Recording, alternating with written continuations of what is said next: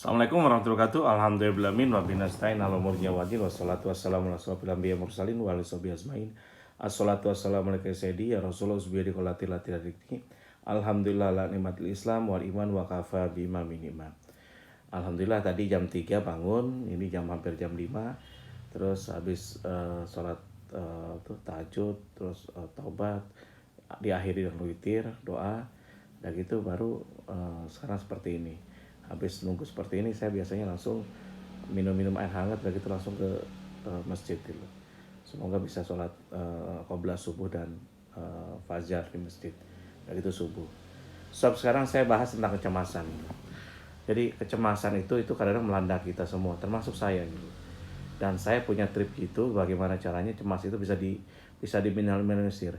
Kalau bagi saya cemas itu kalau Anda cemas itu akan menimbulkan hormon kortisol itu yang menyebabkan kita mudah terinfeksi, mudah kena penyakit degeneratif, mudah stres itu.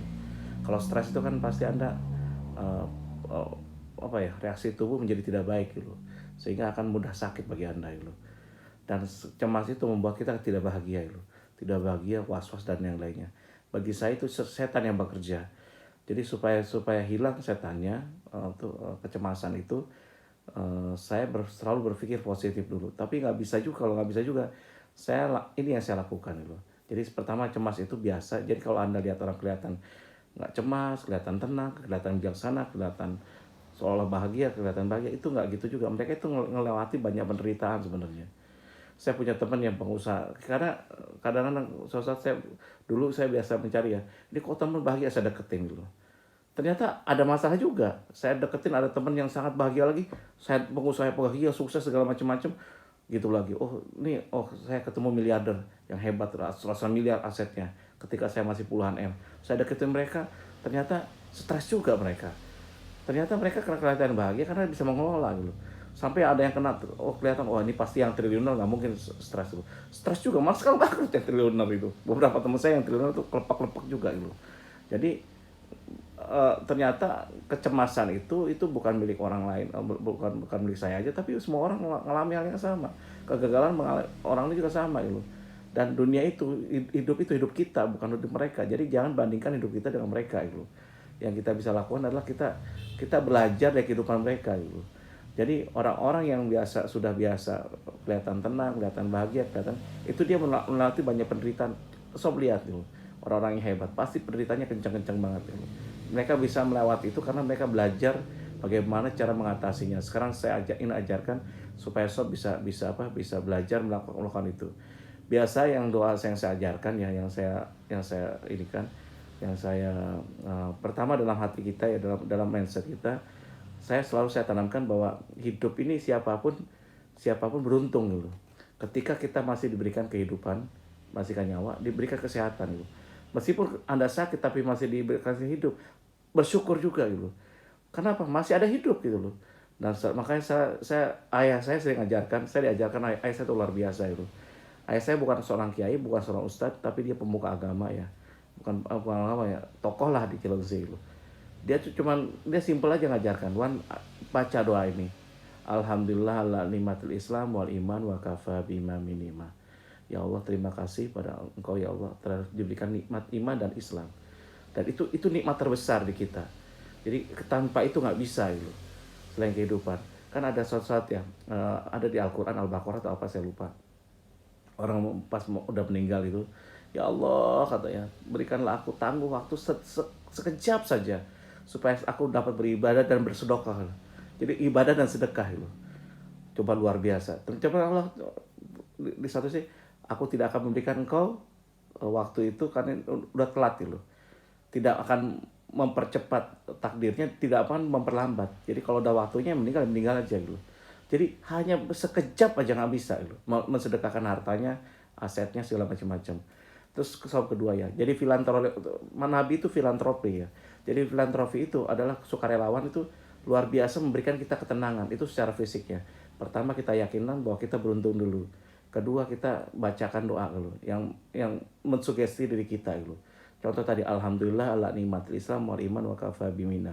Ketiga bahwa kita harus saling, kalau Anda mau bahagia, bantu orang-orang yang tidak bahagia.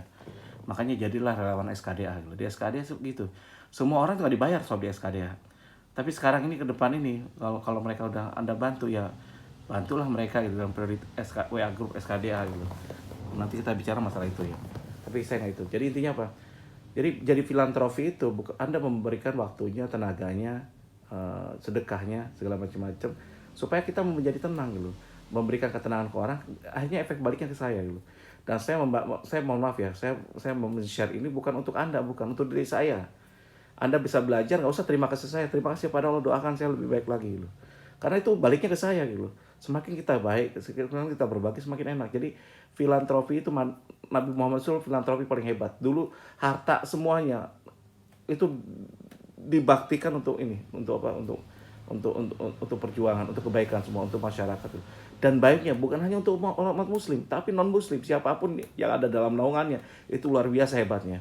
Sampai orang Yahudi pun yang maki-maki dia, itu dia masih suapin loh. Pas Umar gantiin, loh kok gak enak, ini kasar. Yang gantiin saya padahal yang maki Muhammad tuh goblok atau maki-maki aja gitu. Nabi Muhammad gini-gini, dia kebenciannya luar biasa karena dia tidak melihat buta itu. Ternyata apa? Nabi itu dengan sabar, coba bayangin. Oh ya Allah, saya tuh gak sabar. Ya Allah, assalatu wassalamualaikum sayyidina Rasulullah ini. Ya Allah, betapa saya jauh. Nabi itu meskipun dimaki-maki itu masih bisa nyuapin seorang Yahudi yang maki-maki dia dengan kesabarannya. Pas ada daging yang kasar dia lembutin dengan di ini dulu dilembutkan dulu. Itu luar biasanya.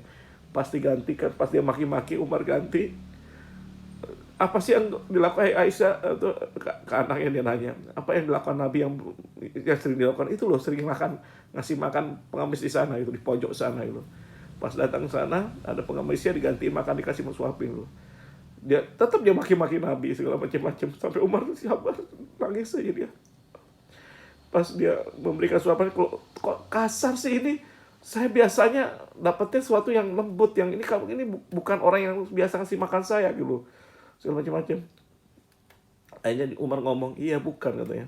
Terus mana orang yang biasa ngasih makan saya katanya, yang nyuapin saya, biasanya lembut dia tangannya segala macam-macam. Dia dengan sabar nunggu suapan terakhir. Yang memberikan makan engkau itu orang yang engkau maki-maki tadi gitu. Subhanallah, langsung masuk Islam tuh orang. Subhanallah, itu kesabarannya. Jadi bagi kita yang masih gak sabar dengan kehidupan, belajarlah untuk sabar gitu. Nah, yang dilakukan oleh kita, oleh Anda, oleh yang bisa Anda lakukan kalau ini teknisnya ya, adalah pertama, saya biasa ngamalkan doa ya. Allahumma inni a'udzubika minal hammi wal hazan. Ya Allah, aku berlindung ya Allah dari rasa sedih serta duka cita atau kecemasan atau galau. Wa na'udzubika minal hammi wal hazan wa na'udzubika minal Allahumma inni a'udzubika minal hammi wal hazan wa na'udzubika minal azzi wal kasal. Dan aku berlindung dari sifat lemah, malas dan lemah ya. Jadi nggak boleh malas dan lemah. Jadi kita berlindung wa na'udzubika minal jubni wal buh, dan aku berlindung dari sifat miskin, mental miskin dan kikir gitu. Wa na'udzubika min ghalabati daini wa qahri rizal. Dan aku berlindung dari litar hutang dan juga dari dari tekanan orang-orang gitu, tekanan apapun. Itu yang dilakukan kalau saya. Jadi hafalkan doa itu, dan itu alhamdulillah penghapus hutang insyaallah. Penghapus kegalauan. Karena hutang pun itu galau juga, tekanan orang tuh menjadi galau. Sifat lemah dan malas itu membuat kita galau. Terus kita berlindung dari itu semua daripada Allah. Dan yang kedua yang saya lakukan adalah sholat itu. Dengan wudhu dulu sholat. Jadi ternyata apalagi kalau kita dengan nafas yang bagus, dengan bacaan yang luar biasa, dengan sugesti yang baik, itu akan menenangkan harta kita. Ini kita kalau bisa bacaan Al-Fatihah, Anda harus ingat ininya tuh, teksnya. Jadi intinya gitu. Demikian dia, saya kalau salah banyak salahnya, kalau kurang banyak kurangnya, karena saya memang salah, saya bukan ustadz ya, saya hanya menyampaikan aja. Wabillahi taufiq wal hidayah. Wassalamualaikum warahmatullahi wabarakatuh.